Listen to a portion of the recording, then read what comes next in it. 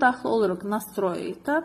Nastroyda daxil oluruq, belə bir pəncərə açılır. Bu pəncərə nədir? Bu pəncərə sağda hal-hazırda gördüyünüz bu əmrlərin yerləşdirilməsi, göstərilməsi və gizlədilməsidir. Baxın, pitaniya. Görürsünüz, pitaniya, yəni ki, zaryatkəni bizə göstərir. Biz istəsək burada показать значки и вводимления. Yəni, həm simvolu göstərə bilərik, həm bizə xəbərdarlıq verir ki, zaryatkası qutarır və yaxud zaryatka 100%-dir enerjisi.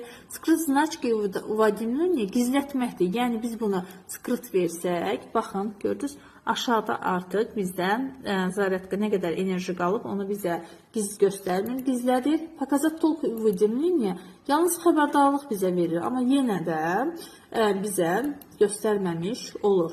Ən yaxşısı biz показать значки и вводимления seçirik və bizə göstərsin. Burada digər əməliyyatlar var.